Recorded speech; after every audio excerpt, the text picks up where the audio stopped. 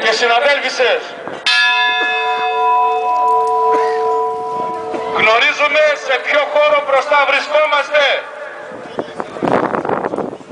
Σεβόμαστε τα σύμβολα, όπως είναι η ελληνική σημαία, όπως είναι και η ευρωπαϊκή σημαία.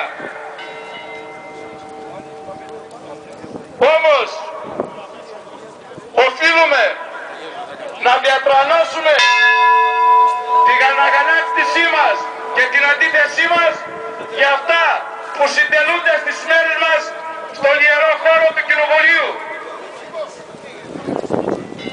Θα παρακαλούσα τους προέδρους, τα προεδρία των Ομοσπονδιών να έρθουν εδώ. Φίλε.